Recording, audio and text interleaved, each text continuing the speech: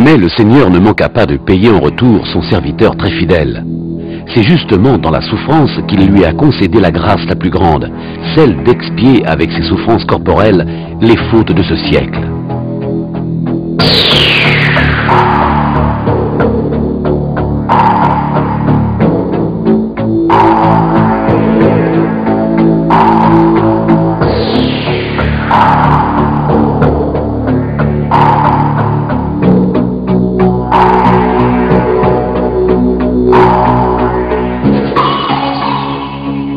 Padre Pio s'enivrait de la souffrance, un sentiment apparemment impossible à expliquer, tant il va contre les désirs naturels de chacun. La souffrance va certainement contre notre désir, à l'inverse de notre désir et aussi contre mon désir, parce que la souffrance ne plaît à personne. Elle ne plaisait pas non plus à notre Seigneur Jésus-Christ, qui, approchant de la croix, a dit « Père, s'il est possible, éloigne de moi ce calice. » Nous savons que Dieu a créé l'homme immortel. Mais rappelons-nous une chose, la souffrance qui résume en elle-même toutes les souffrances de l'homme, c'est la mort. Affirmer que Dieu a créé l'homme pour l'immortalité signifie également qu'il l'a créé sans souffrance. Immortale, lo ha creato immortale, senza sofferenza. E allora come si trova la sofferenza? Alors comment se fait-il que l'on trouve la souffrance sur la terre? À cause du péché de l'homme. La souffrance et la mort sont des fruits du péché et une conséquence du péché. Alors c'est une grande grâce d'accepter la souffrance pour détruire le péché, pour payer en retour le péché. Jésus nous en a donné un parfait exemple. Comme Jésus a embrassé la croix par amour, la souffrance embrassée par amour devient douce comme l'amour. La chose la plus douce pour nous les hommes, pour les femmes et pour tous les êtres humains, c'est l'amour. Si quelqu'un embrasse la souffrance par amour, la même souffrance devient douce comme l'amour. C'est cela que Padre Pio a dit. À cet auteur mystique, que je sache, aucun saint n'est parvenu. Grâce au ciel, c'est presque depuis Noël que mon estomac ne rejette plus rien, alors qu'auparavant, il ne gardait que l'eau. Par contre, la fièvre revient chaque soir si forte qu'elle provoque de fortes transpirations. Dans ces maladies, dans ces souffrances physiques, il avait des fièvres très élevées qui ont atteint des limites extrêmes. Il y a eu des maladies où la fièvre est montée à 52 degrés, température normalement impossible à atteindre, puisqu'au-delà de 42 degrés, c'est l'agonie et la mort.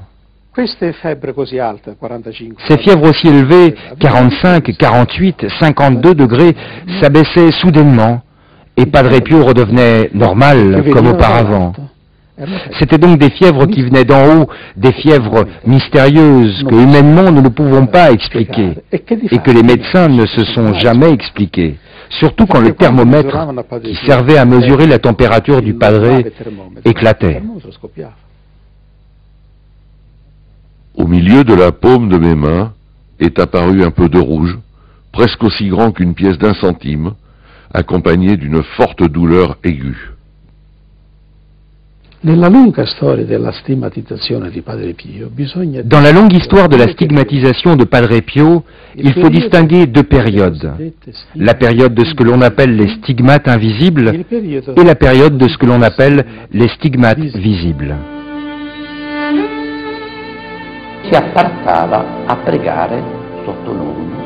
Il s'apprêtait à prier sous l'orme. Sous cette orme, on lui avait fait une espèce de petite cabane pour le protéger des rayons du soleil et de la curiosité des gens. Et un jour, exactement le 1er jour de septembre de 1910, tandis qu'il priait dans cette cabane, sous cette orme, Jésus lui apparut crucifié. Et Padre Pio reçut pour la première fois les plaies. Ces stigmates apparurent vraiment, on en voyait les signes. Cependant, Padre Pio en restait tellement déconcerté qu'il priait avec instance le Seigneur afin qu'il lui enlève ces signes extérieurs. Lui-même disait qu'il me donne tant de confusion, mais pas la douleur cependant. Mon Dieu, quelle confusion et quelle humiliation j'éprouve à devoir manifester ce que tu opères dans ta créature misérable. Les plaies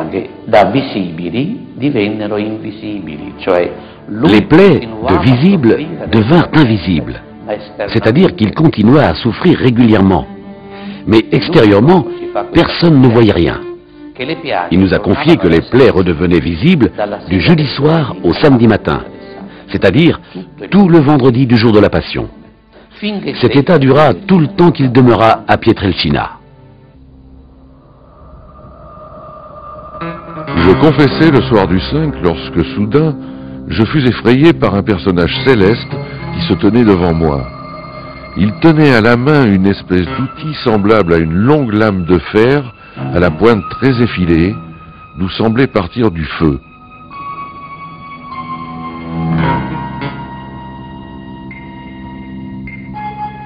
Ce personnage se déchaîna violemment contre moi en utilisant son outil. C'est la seule chose que j'ai pu observer.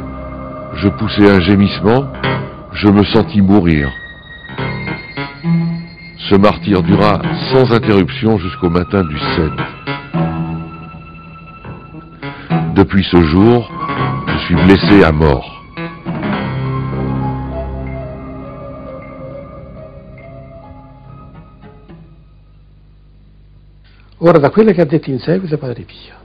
D'après ce qu'a dit ensuite Padre Pio et ce qu'ont observé ses directeurs spirituels, il s'agit d'une blessure physique au côté. Le 20 septembre suivant, Padre Pio a eu les 4 autres plaies. C'était le matin du 20 du mois dernier, dans le chœur, après la célébration de la Sainte Messe. Je me suis trouvé en état de repos semblable à un doux sommeil.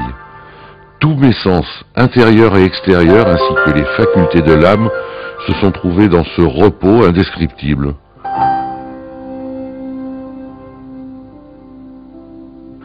Il y eut un silence total autour de moi, et à l'intérieur de moi, et, subitement, une grande paix me pénétra, ainsi que l'abandon à la privation complète de tout, une paix dans la ruine même.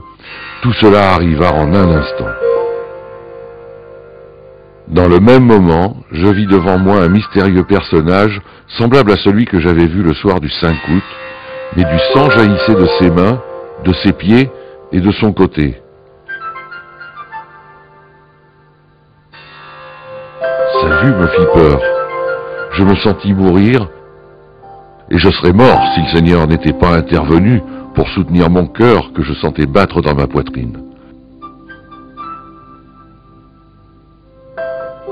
L'habit de ce personnage disparut, et je m'aperçus que les mains, les pieds et le côté étaient percés et ruisselés de sang.